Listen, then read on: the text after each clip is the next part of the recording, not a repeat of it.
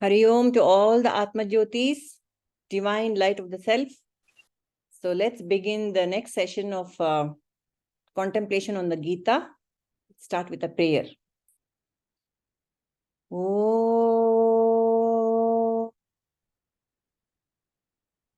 Narayana Samarambham Shankaracharya Madhyamam Asmadacharya Paryantam Vande Guru Paramparam Shruti Smriti Purananam Alayam Karunalayam Namami Bhagavatpadam Shankaram Lokashankaram Vyasaya Vishnu Rupaya Vyasa Rupaya Vishnave Namo Vai Brahma Nidhaye Vasisthaya Namo Namaha Vasudeva Sutam Devam Kamsa Chanuramardhanam Devaki Paramanandam Krishnam Vande Jagadgurum. So, with the blessings of Sri Krishna, we are listening to his own words in the Gita. We should always remember that. It is not some, these teachings have not come from a human mind. This is straight from the source. And that's why they are so precious. And we have now come to this wonderful chapter called the Raja Vidya Raja Guhya, which talks of fantastic things. It answers so many of our questions. So last week, we had dived into this particular shloka, 9.4. I'll just share it because it is so fantastic. Once more, I'll just chant it and then go to the next one.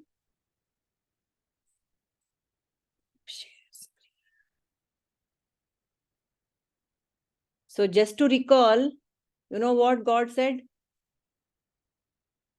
Maya tatamidam sarvam jagad avyakta murtina mat-sthāni sarva bhūtāni nachaham teshu avasthitaha. So what was this? This entire cosmic manifestation is pervaded by me in my unmanifest form. And then all beings dwell in me, but I do not dwell in them. So have we unpacked this? We have understood this, no? Any questions regarding this, or can we go forward? Okay. And following this shloka is this one, 9.5. Actually, they have to be done together. This we can chant. The 9.5 is Nachamasthani bhūtāni paśhya me yogam aiśhwaram bhūta-bhṛin nacha bhūta-stho mamātmā bhūta-bhāvanaḥ.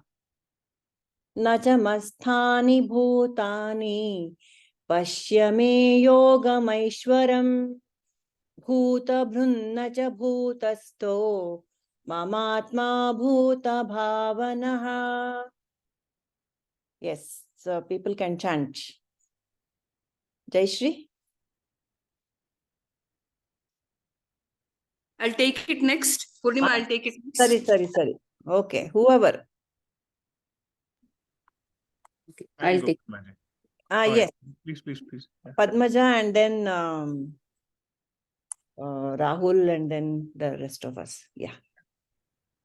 Nachamasthāni bhūtāni paśhya me yogam aiśhwaram bhūta-bhṛin nacha bhūta-stho mamātmā bhūta-bhāvanaḥ. Yes.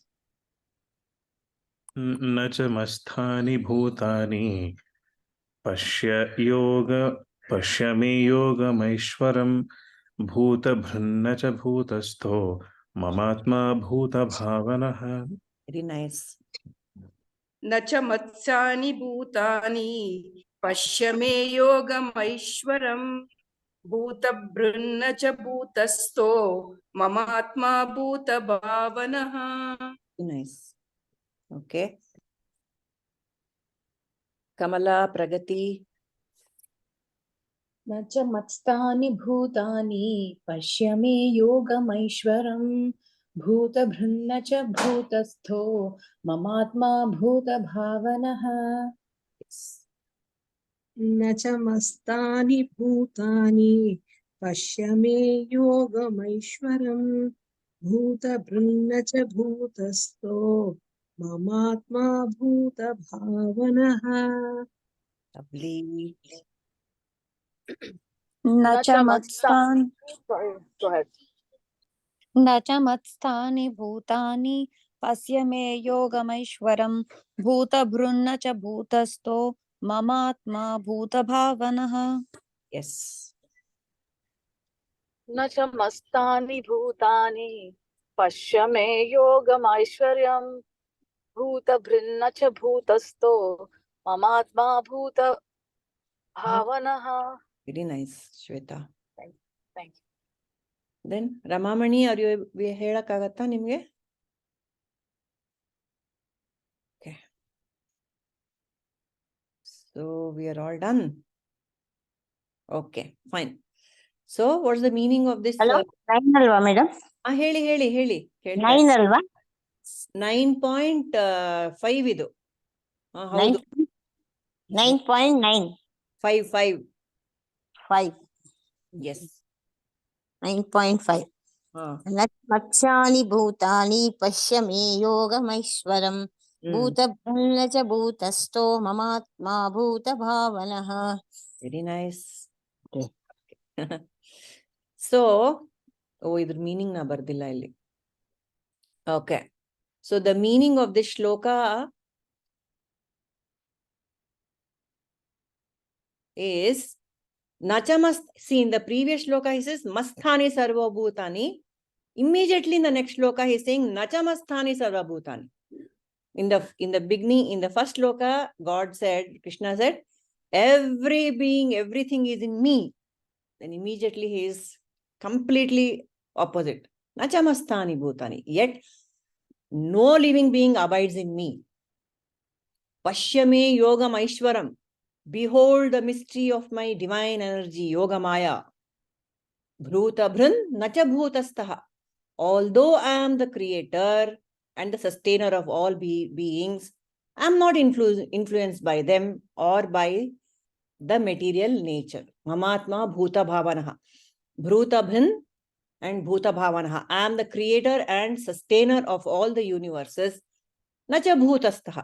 I am not influenced or I am not affected by any of this. This is what God is telling in 9.5. So what is the thing we have to understand in this shloka is the yoga maya of God. Yoga maya of God. See, Adi Shankara has composed a small work called the Maya Panchakam, just 5 verses on Maya, which is so fantastic. And in that Maya Panchakam, one of the definition of Maya, Shankara gives, Aghatita ghatana patiyasi. Aghatita ghatana patiyasi. Maya is that which makes something appear which has never happened. Aghatita ghatana. Yadu age illa. Adana agong torspadate Maya. So this is the yoga Maya of God. Something which has not happened, it appears to have happened. What is the best example for this? All of us know it. Come on. What is the best example for aghatita ghatana ghatiyasi? Everyday example, best example. Come on. Please unmute. A mirage in the desert. All right. Great. One more.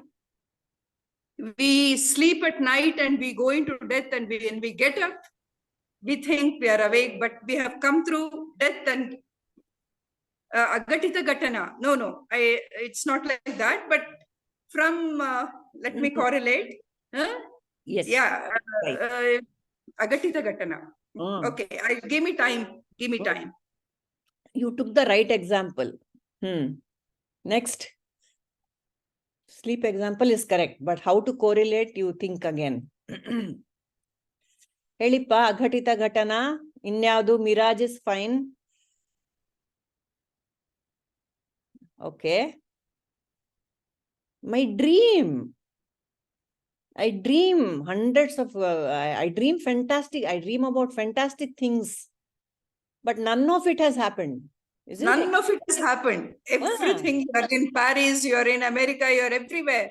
Huh? You're You kidnapped, still you're get up tortured, from the you fell down from uh, a cliff, you flew, yeah. into the Mars or whatever, but none of it has happened. Aghatita Yes. ghatana. Alva. It is so simple to understand, right? That is how it is. That is the yoga maya of God. On an every night basis, we experience this yoga maya, this aghatita ghatana. So this is what is happening. God is saying this whole entire creation is aghatita ghatana. And when the moment we understand that this creation is aghatita ghatana, then we can understand all the other stuff that the God says. Bhūta-bhṛin bhūta-stho. I created the world, but I am not, I am not affected by it. And bhūta-bhāvanaḥ, mamātmā bhūta-bhāvanaḥ. I am the sustainer of the entire universe, but it doesn't bother me. See how easily, when we compare this to the dream example, everything falls into place. So in that manner, we can also make such statements like Krishna. I am not affected by anything. I am not even the cause of anything. Did I cause my dream? No, I did not make any conscious effort to dream a certain dream. It just occurs. Isn't it? Yes or no? This is how it is. This is how the world was also created by the Lord. That is called yoga maya. And kartum akartum samarthaha. That is another definition of maya. Kartum, one that something which is being done. Akartum, it is not done at all. Samarthaha, the one which makes something that which is done, it makes it not done. That is maya. See, this maya is also such a wonderful thing that one cannot even express what it is. It is that fantastic, and yet we are all in it. Yet we are all in it, and we cannot talk about it. One more definition of maya is, see, why are we trying to learn what is maya? Because it's easier to, it becomes easy for us to explain to a skeptic. What are you talking about? Then, at least I should be able to tell what is this maya all about. Oh, all you Mayavadis, people, I believe in olden days, the other schools of thought would make fun of the Mayavadis. The Mayavadis are the Shankara followers who talk about Jagat Mithya. So what is Maya? This Aghatita Ghatana and Kartum Akurtum Samartha, and one more, that which has a beginning, that which has no beginning and no end but occurs only in the middle, that is called as Maya.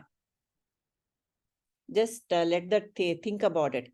It has no beginning and it has no end. It occurs only, it was not there in the beginning. It was not there at the end. It was only in the middle. That's Maya. Again, the sleep example. All the events or whatever it took place in the dream, they were not in the beginning. It was not there when I went to sleep. And it was not there when I woke up. It happened only in that small space of REM, no? Rapid eye movement, whatever. That is the dream phase. That is Maya. Whatever has no beginning and no end but occurs only in the middle is Maya. Even my thoughts, it was not there yesterday. One particular thought, if I say, it was not there yesterday, it will not be there tomorrow, but it's just there. It appears and it goes. It's an appearance. So whatever just appears and doesn't stay, that doesn't abide forever, that is called as Maya. And so this is the yogam aiśhwaram of Lord. Paśhya yogam aiśhwaram. God himself is boasting, he is bragging about his yogam aiśhwaram. Paśhya, oh, look at my yogam aiśhwaram. My dear Arjuna, behold the mystery of my divine energy. Lord is saying, is telling Arjuna, bhūta-bhṛin bhūta-stho, mamātmā bhūta-bhāvanaḥ. I am the creator, I am the sustainer, yet I didn't do anything, I am not affected by anything, I am not the culprit also. See, in this relative world that we live in, cause and effect is the law of life. Newton knew who's that fellow? He also said action and reaction is equal and opposite. Any action will produce a reaction. And there is no effect without a cause, and there is no cause without an effect. That is what our empirical reality is all about. But here, in this yogam aishwaram of Krishna, there is no cause, there is no effect. He is called abhinna nimitta upadana karana, Krishna. Okay, are you all familiar with this upadana karana and nimitta karana? So many AVSC punters we are here. Can anybody recall what is this upadana karana and nimitta karana? Anyone? Kamala, Nirmala, Jayashree?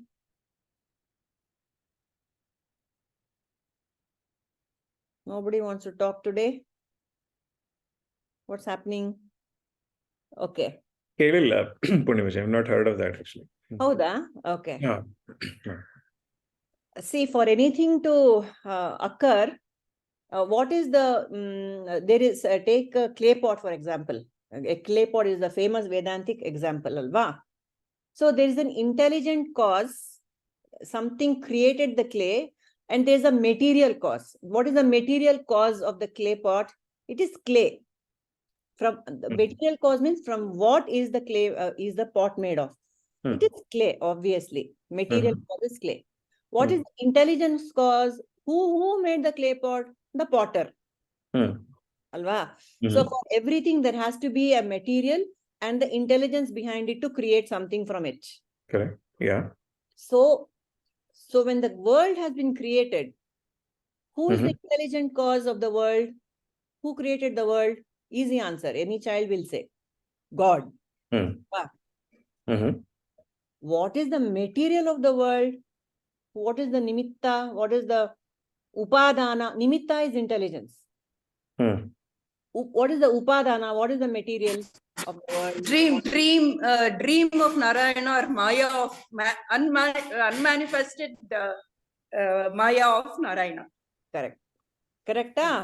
Who created? Correct. God? It is avane madiradu, but he is the creator. He doesn't belong there.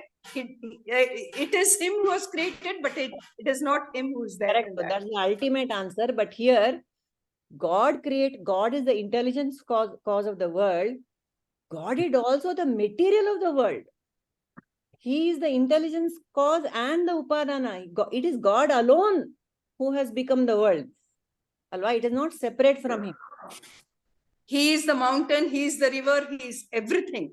Haudu. Sarvam Khalvidam Brahma. So God is the intelligent as well as the material cause. So that is called abhinna nimitta upadana karana. Nimitta is intelligent, upadana is material. He is both the intelligent and the material cause. That is the wonderful nature of the world. There is no separate thing apart from God. That is what he is saying. This is my yogam aishwaram. But I have not become the world. That also he says. The world is nothing but me.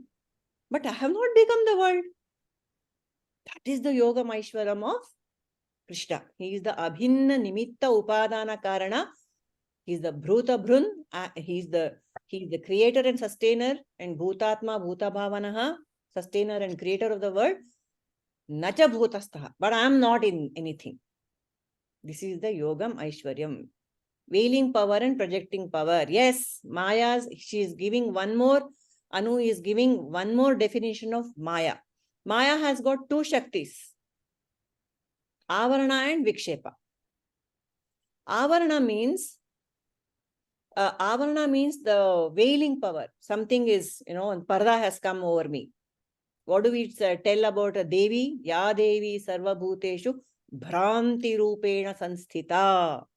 That bhranti is created by Maya. Bhranti is nothing but the veiling power.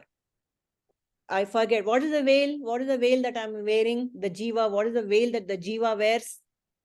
Body. Yes. Anu is saying ignorance. Excellent. Super. Body. I am the body. I am the mind. I'm limited. I'm a limited being is the ignorance, that the veil of ignorance that I'm wearing. Avarana. And because of this bhranti, avarana, what happens? Vikshepa happens. Vikshepa means a distortion of perception, a distortion of projection.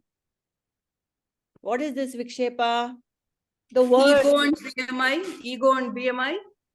Correct. Ego, ahankara. Ego BMI is the avarana. So vikshepa means I'm separate from the world. Okay. So you forget that you separate yourself. I'm a separate entity from the world. You are separate. I am separate. The chair is separate. The world. Jiva, Jagat, Ishvara. That's a triputi that we have. Triputi. You know, Jiva. There is Jiva. That's myself. There is Jagat, the world around me, and there is Ishvara, the creator of the world. This difference occurs because of vikshepa. There's a wrong understanding happens. That world is separate, God is separate, I am separate. That is the triputi. That is the avarana creates this vikshepa. And because of this vikshepa, we are in lot of trouble. The world is cruel, I am suffering. God is cruel. God is not looking, He is not solving my problems. Yes, Nirmala, welcome to the show. I have an example for this. Yes, please. It's a full moon light. Yep. It's a full moon light.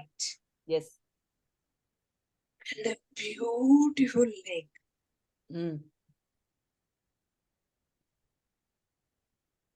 the middle, you can see the sun and moon clearly. But in the edges, there is moss. The moss is avarana shakti. It is wheeling power. It's fully closed. There is no moon. Okay. Little further down, there is no moss. But still you cannot see the moon properly. Because there is a small wind flowing. And there are ripples. In the ripples, when it is reflected, there is a contorted face of the moon. Correct. Also dancing along with it, and clear moon is not visible.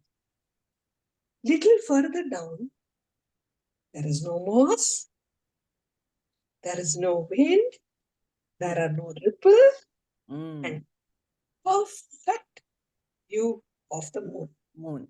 It's seen.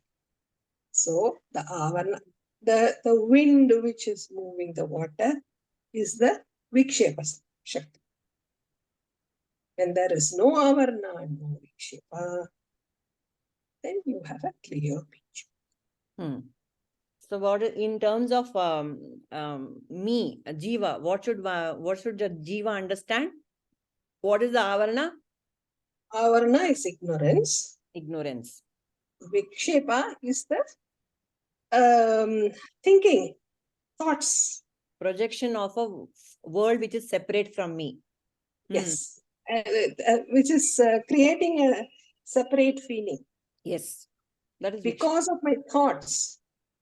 If I am established in my own self, there is peace. When there is peace, the Brahman is felt. Yes. When there is no ignorance, and I know that I am not a body, mind, intellect, the BMI is gone, the ignorance is gone, I get a clear view that whatever is happening to my body or mind or intellect is different from myself. Yes. So Anu also gave this example of the snake and the rope, which is the classic Vedantic example. What is the snake and rope example? In dusk, at the time of dusk, you see a snake-like figure in the corner of the garden. And because I have seen a snake before in my life, and I have an idea what it looks like, immediately when I see something similar, I'm able to relate that. And I will recall, oh, that looks like a snake in dusk. why the dusk is there in the exam, in Vedanta also, the dusk is very important. Because it is twilight. It's twilight. There is not complete light is not there. Musk-muskagirutte. ಆ ಮಸ್ಕ್-ಮಸ್ಕಾಗಿರೋ ಸಂಜೆನಲ್ಲಿ ಒಂದು, when we see a shape lying there. During the day, you see the road. During the day, I can see the perfect shape of what is lying there. During Yes. night, I can't During the see night, I can't see anything. anything. Nothing is there. It is Therefore, during the dusk, twilight. the twilight, Yes. that I see a snake. I Then I sneeze. get palpitation. Then I think get palpitation. I run. I have so many fears. Oh my God, it's a king cobra. Oh my God. All the vikshepa happens. Vikshepa happens. That is Vikshepa. And then when the sun rises in the morning, I can see very clearly, array, that was not a snake at all. It was just a rope. I run there and bring the torch and hit it Yes. and see. Ha, it's I only a rope. Yeah, I turn And on, then, shine and the then torch. I go walk through the same place. Yes. Now I'm not even afraid. It might look like a snake. No problem. No problem. It's a rope only. I Yes. know because I have established Yes. when I saw it with the rope. Yes. So the quality of the This perception, ignorance is gone. so the senses will still project a snake only. The senses, the sense organs, and my whole antakarana, the instruments, they will still project the world. But I know it is not what it is. That bhranti is gone. You understand? That's what is happening here. So this is the crux of why do I suffer in this world? Why do I suffer in this world? This is the crux. This is the answer lies here. Okay, let us put it this way. Why does Krishna not suffer? He is declaring here, I am the creator and I am the sustainer of all living beings, but I am not influenced by them or by my material nature. He's saying that. We are born because of our prarabdha karma. But Krishna is not born because of prarabdha karma. He is an avatara. He's an avatara. He has come, he has appeared. Yada yada hi dharmasya glanir bhavati bharata abhyuthanam adharmasya tadatmanam srijamyaham. When wherever there is adharma, I appear. He appears. He is not born. Right. Perfect.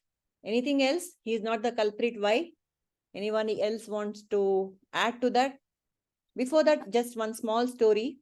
All these rishis and munis, when this Krishna appeared on earth, he seemed to be enjoying himself with his 16,000 wives. And so they wanted to see how this fellow behaves with each of them. And say they painstakingly visited each of the harem of Sri Krishna. And they went to each of the 16,000 wives. With each of them, he's happy, laughing, enjoying himself, or, making them happy, as if there is nobody else. He's just with that one wife all the time. 16,000 wives. And there, he will enjoy and they are also so happy. All the gopikas are so happy. They love Krishna with their tan, mana, dhan. They are so immersed in Krishna all the time. What is this? This is fantastic. It's not possible with a human being. One spouse we cannot manage. Imagine managing 16,000 spouses. And so they went and surrendered to Krishna, and they asked him, how are you doing this? How do you manage all this? You know what he said, Krishna? He said, I don't have a problem because I don't have a manas. Just think about it. He said, Nanag mansel, I don't have a manas at all. What is the import of that statement? Anyone? What does Krishna mean when he says, I don't have a manas?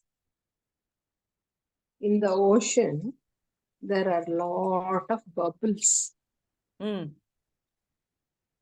but all the bubbles Mm. are water only ultimately. Mm. They don't have an identity of their own. Mm. They are just created for the minute, for the second, and Mm. they disappear But next it, minute. correct, but that enough, no, when it appears, it hurts and goes, no, it pokes. When the thought appears, it pokes. It will go, definitely. But as long as it's there, it. So what Krishna is saying, he's not even talking of the bubbles. He's saying, I don't have bubbles. I don't have that manas at all. So what is he saying here?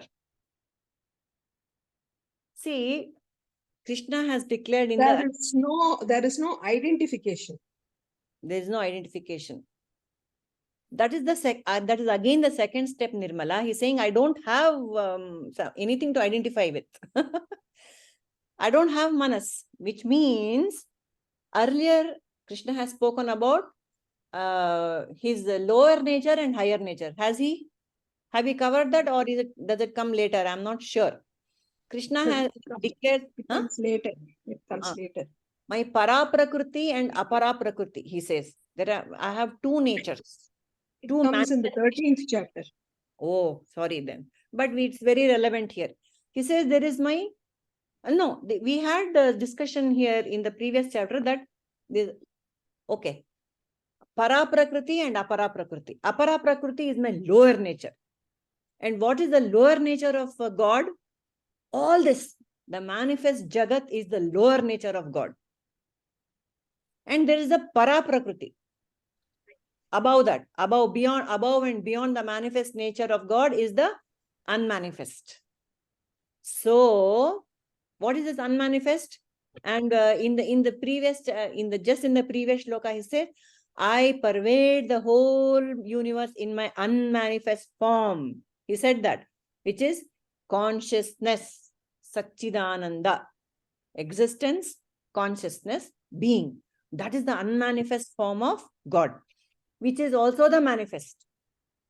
Okay, so the unmanifest is my higher nature. The manifest is my lower nature. In the manifest also comes the mind. The manas, buddhi, chitta, ahankara, the entire antahkarana. Antahkarana is the inner instruments. Bahyakarana is the outer instruments. The outer instruments are the sense organs, the motor organs and all that. And the inner instruments are all these antahkarana, the manas, buddhi, chitta, ahankara. So all this, he says, they are all my lower nature. Apara prakriti. So when Krishna says, I have no manas, and we suffer because of our lower nature, because of our identification with the lower nature, identification with my limited mind, my limited environment, my limited, the world that I see, my parivara, everything, that is my job, my profession, my child, myself, my body, which is undergoing so much change. I have become so fat. I'm ugly. I'm beautiful. I'm intelligent. All these perceptions about myself, they're all about not me per se, because they're all changing entities. The mind changes, the body changes, my intelligence levels change. That which is changing is not me. That which does not change, that which is the screen on which everything is being played out, that is me. That is my permanent, that is my nature. Satchidananda is my nature. And that which is changing is not my nature. So all of us suffer because we identified with the changing part of all of us have this para prakriti and apara prakriti. It's not just God. He's talking about all of us. I have this changing, components in me, and I have this unchanging components in me. What Krishna is saying is, I do not identify myself at all with the changing. I have identified with I'm merged. Not even identified, I'm merged. My manas has merged with the consciousness.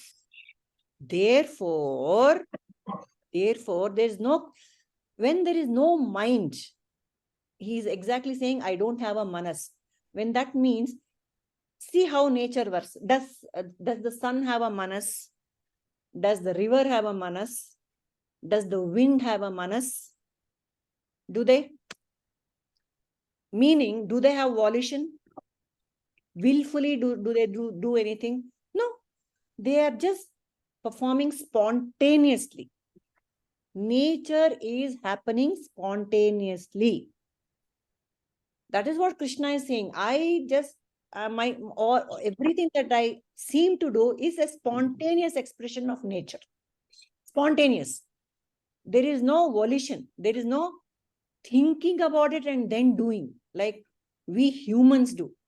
Animals also don't do that. Maybe a little more higher animals do that. They think, predators, they think they know when to pounce on the prey and all that. A little more intelligence is there. But in humans, it's all about thinking, and a little of doing, actually, if you really look at it. So Krishna is saying here, all my actions are spontaneous. Ashte. And they are, because it's spontaneous, because they do not come through the filter of ajnana, because they do not come to the filter of sattva, rajas, tamas, what happens? It is just spontaneous, beautiful action, the way everybody should be functioning, the way nature functions, spontaneous. It's all cause and effect. If there is a little no rains, there is going to be drought, the crops are going to fail. And if there are good rains, the crops will be good. See, it's all inbuilt, that cause and effect, and everything is, it's a beautiful system, which is self-correcting system. Whereas the human, There is an order. There is an order. There's the order. It is called as rhythm, rita. The order of the universe is called as rhythm. Okay, and the order that humans are supposed to follow is called dharma. Nature follows rita, which is called the rhythm. The word rhythm has called from rhythm. And humans have to follow dharma. Because we have a mind, we have the intelligence, we know how to discriminate between right and wrong. That is why we are the ones who are supposed to follow dharma. The ant has no dharma, the elephant has no dharma, because they are in rhythm. They are in rhythm, with the higher power. Whereas because we have no rhythm, we are not in rhythm, we have been given commandments. Do this, do that, this is dharma, this is adharma. All that viveka and all that has been, the pata is for us. The teaching is for the jiva. So Krishna says, I don't have karma, I don't suffer, because I'm in dharma all the time. Everything, like Nirmala said, I have come here to establish dharma. All my actions is only dharma only, nothing else. Okay. So, yeah, the point here is, Krishna is the screen. He is completely detached from all the happenings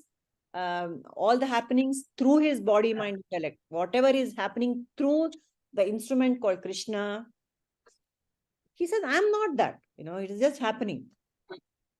I don't really have 16,000 wives. It is just an appearance. Yes, Nirmal.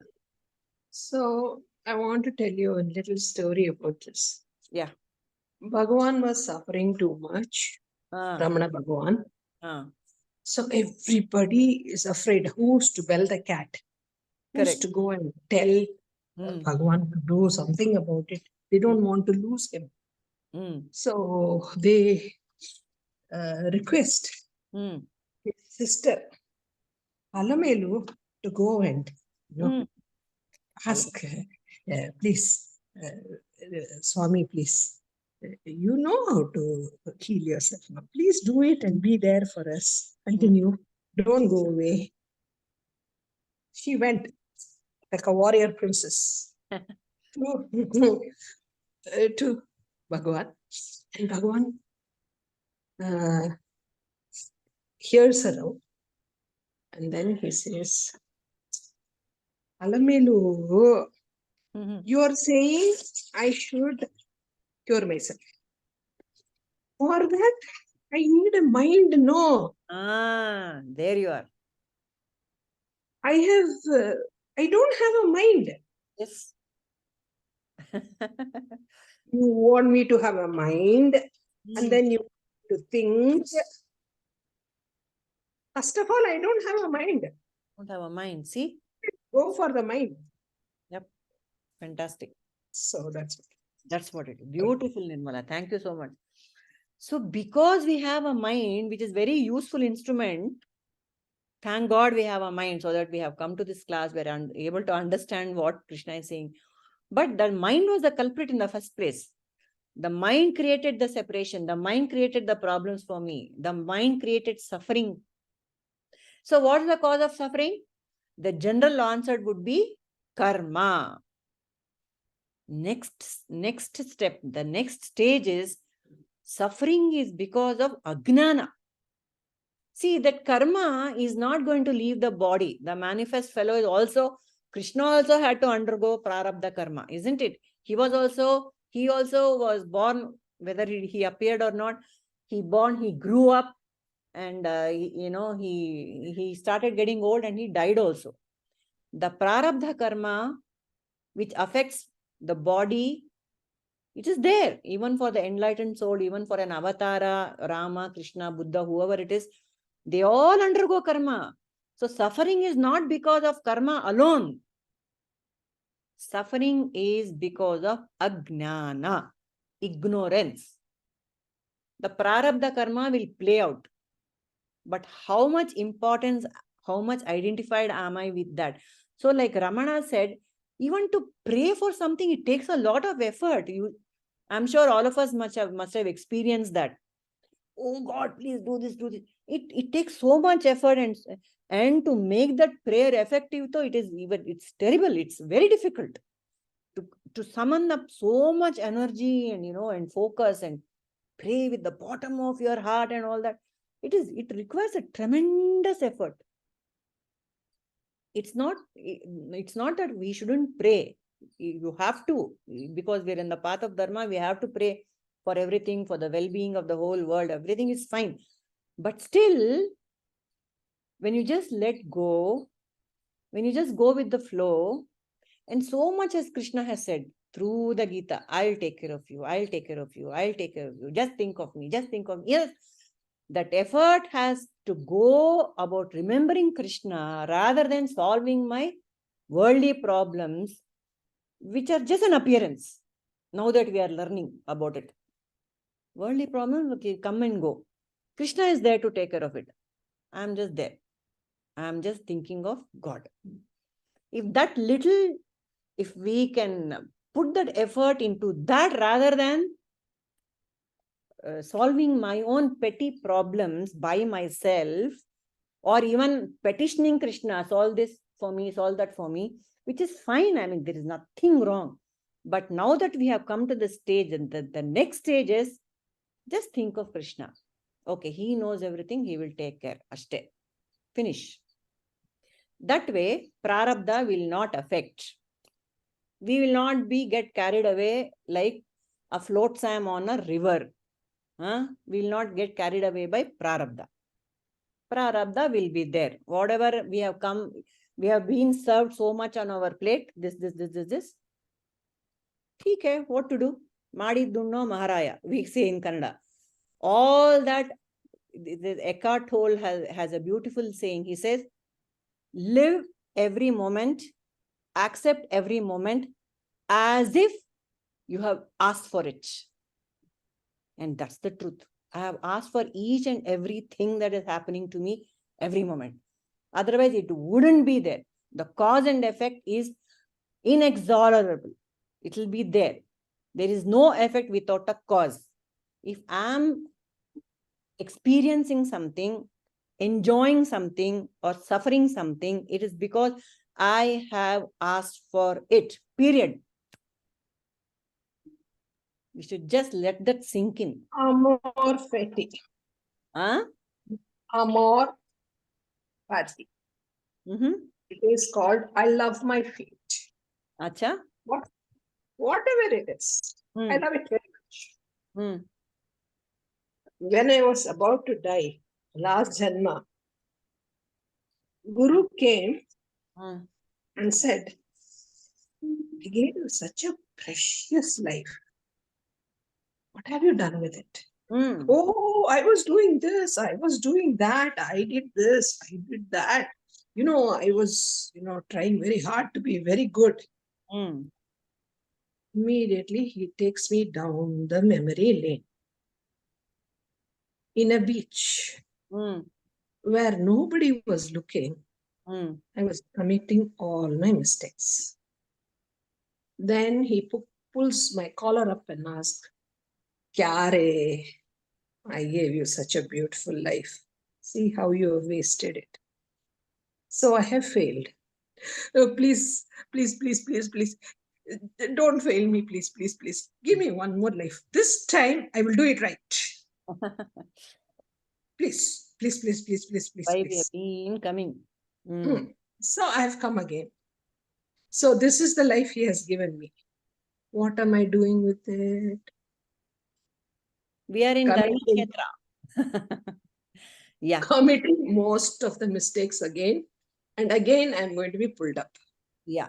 God, please save me. Okay. That's right. So now we know why we have all come here and why we have been here many, plentiful times. And now we know better. And we are learning about all this. Vidya, para prakriti, apara prakriti and all. Okay, there were a few questions that we wanted to tackle in the in this. Krishna created the world. How did he create the world? Maya, by yoga Maya. How did I create my dream? Yoga Maya. That's all.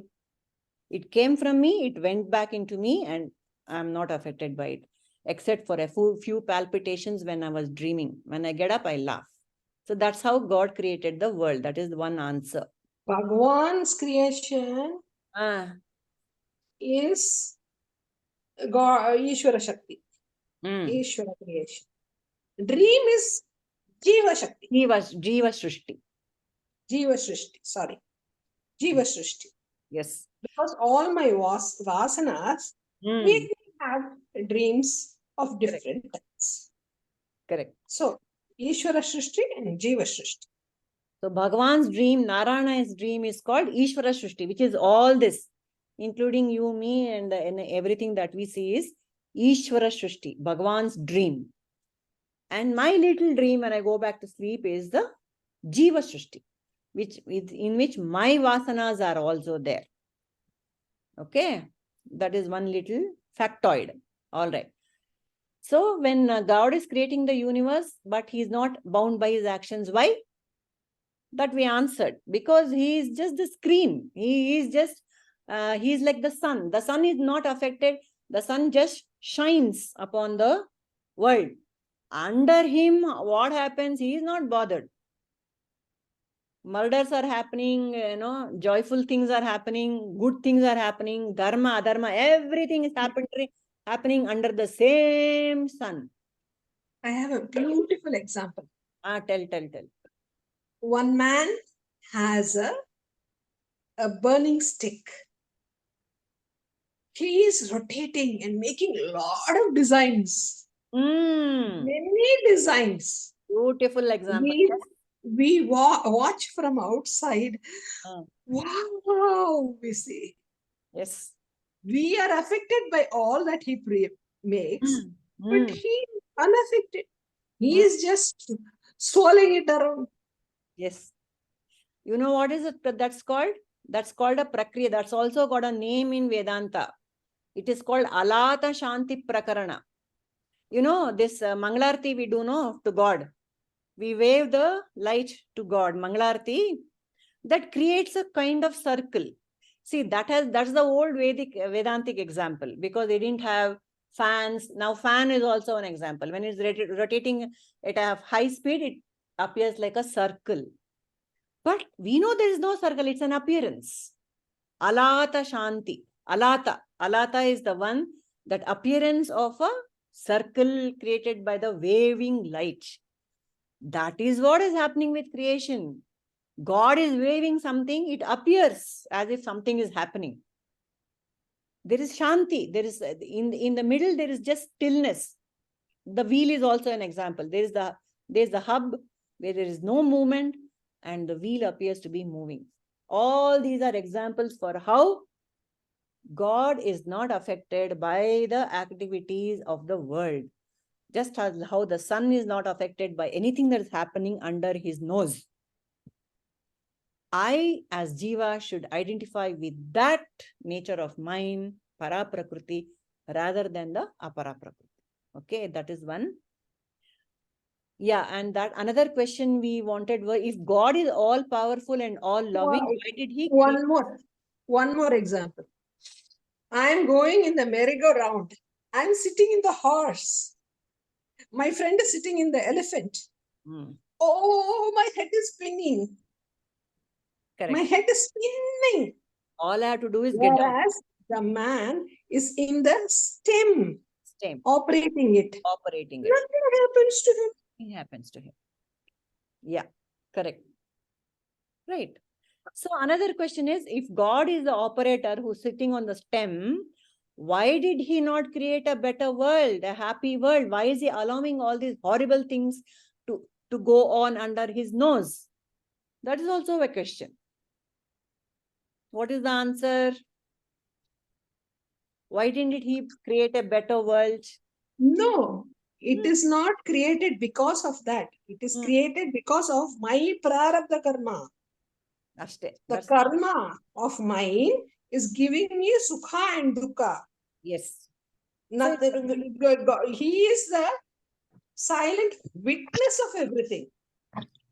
But whereas you are either digging a hole or building a mountain. It doesn't concern him. He is a witness. And it's a very system is self-correcting system. The cause, effect, karma, everything is a beautiful system. All the bodily parts are working. Perfectly working. Do you know what is happening? How the digestion is happening? Do you know how the kidney is working? Do you know how the blood pressure is rising or coming down? You are unaware of anything in your body. What you are talking? Yeah, everything is a system. It is running smoothly. Okay, great. So there's a small story, funny story. Brahma was asked, why did you create this horrible universe? So Brahma said, no, Brahma Ji, that is the Brahma Ji, that the Chaturmukha Brahma. He is supposed to be the father of the universe, no, creator. So he said, no, I also, first created only enlightened beings, sages. And the moment these people were born, they were all sitting and meditating and nothing, there was no fun. And so the next time round, I created other sorts of people with a combination of sattva, rajas and tamas. So we have a fantastic, combination of people running around, 8 billion of us, creating great fun for all the gods. They are all enjoying looking at us. Okay, that was just a small joke. That means if there is no friction in the world, nothing will happen, no? Everyone will meditate and everyone is in samadhi, everyone will go to Brahmaloka, end of story. That's not how it works. There is no world. There is no world. That is final. We learn only from difficulties. We learn the lessons only from disasters. Otherwise, we won't further our learning at all. Correct. Journey. Correct. That is one thing. So another question. We don't even think of God. Why now? Why you bring that factor in now? We are very happy now. That is why Kuti asked that, oh Krishna, please always give me only 99 rupees so that I have to pray for that 1 rupee to you. Wonderful. Very beautiful. Correct. So one more question for all of us. Is God omniscient? Meaning, does Krishna know all the thought, the littlest thought in my mind, does he know? If he does, how does he know? Please, Pragati was asking this question last time. He only created Alvama. So he has to know. Okay. He is the witness. I'm telling you, no. He is the witness. In the 11th chapter, he is just showing himself. Hmm. The one who did the war and he is the one who killed everybody. This Arjuna was nimitta matram. He was just presented to the world as a great archer. Okay. Whereas it was Krishna who already showed Hmm. Krishna is dead, Krishna is dead, Duryodhana is dead, everyone is dead. Like that. Okay. Okay, forget about Krishna. Let's talk about Jivan Muktas, enlightened masters who we see. Ramana Maharshi, for example. Do you think he knew every thought that was happening in each man's mind, each person's mind there? Is it even a requirement for an enlightened person to know each and everybody's thoughts? That knowing everybody's thoughts is a siddhi.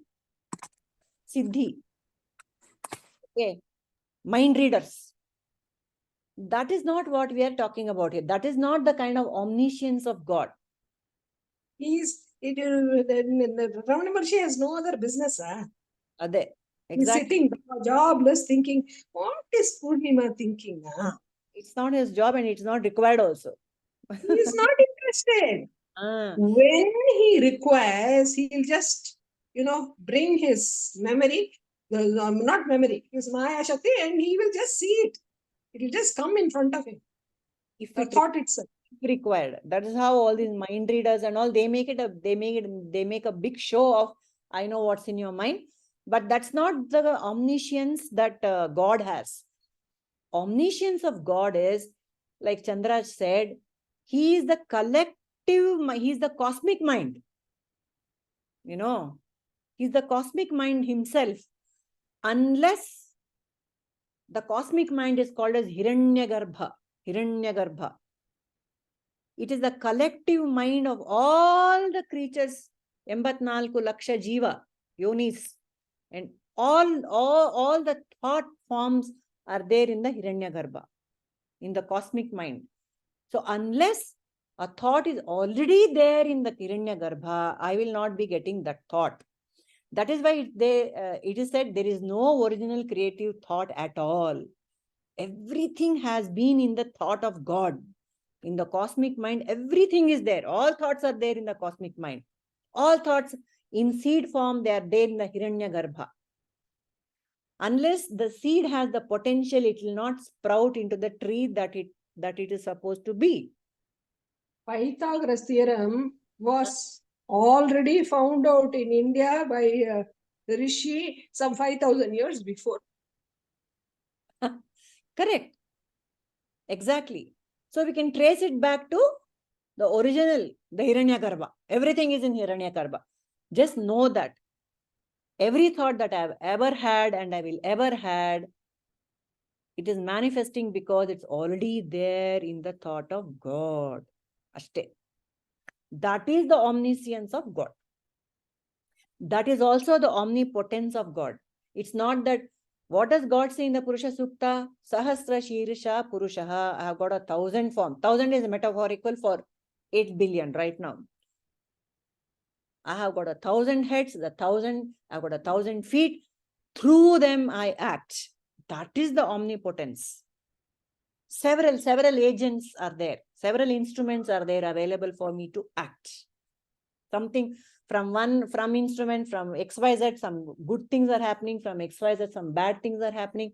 The clash is there, the dharma will be established, again our dharma will come. All this natak is happening, and it's all the omnipotence of God.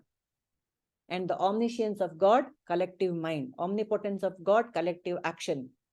And what is omnipotent, omniscient, omnipresence. Yeah, everywhere. He is everywhere.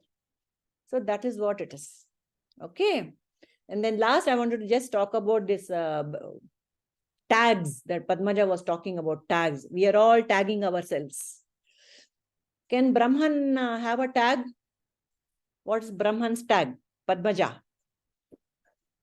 Padmaja is very quiet today for some reason. Because we are not giving you a chance to talk. Hello, Padmaja. We are all tagging anta helidralla. Last time you said. Yeah, can Brahman have a tag? He's like water, odorless, colorless, tasteless. No? That's what I mean, that was what we were trying to say. But Brahman cannot act without a tag. What's the tag of Brahman? Anyone? All of you, please unmute. All of you, please pitch in. What is the tag of Brahman? That unmanifest creation. What is the tag? Is it being omnipresent? You know, the three things you just talked about. Is that his tag? Okay. Omnipresent. Yeah. Okay, fine. Anything else? He being a Sakshi. Sakshi is also a tag. Very correct. Very correct. Yes. See, there are Purnimaji. I think all our tags is his tag. So pretty much he can get tagged, right? What did you say? 8 billion just now, right?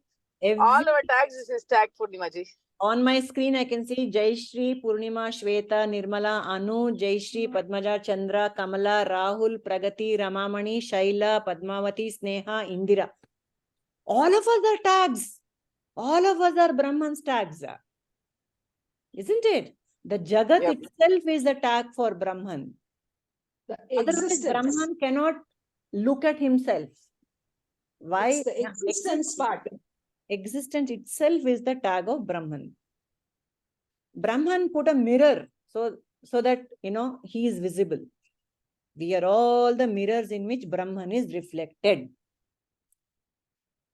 Our minds are the mirrors, but actually we are the original. We are not the reflection. That is what we have to understand here. The reflection in Vedanta is called as Chidabhasa. The original is original, Satchidananda. In the mirror of the mind, there's a reflection. I am identifying myself with the reflection, which is so stupid. I know that when I look at myself in the mirror, I know that is the reflection. This is the real me. That clarity has to come when I'm looking at myself in the mirror of the world. I'm just a reflection. The original is me, Satchidananda. What I see in front of the mirror is the tag. Yeah. The sun is the original. The moon is the Chidabhasa, reflected consciousness. Yes. Oh boy, there is so much to go on and on about this. So I think for today we can conclude. Okay. Please, anything else you want to share, people? Please carry on. Inadru idre heli. But we will just conclude with the prayer. Asato ma sadgamaya. Tamaso ma jyotirgamaya. Mrutyorma amritangamaya. Om Shanti Shanti Shanti. Lokaha samastaha sukhino bhavantu. Lokaha samastaha sukhino bhavantu. Lokaha samastaha sukhino bhavantu. Harihi Om Tat Sat. Shri Gurubhyo Namaha. Harihi Om. Okay. Thank you for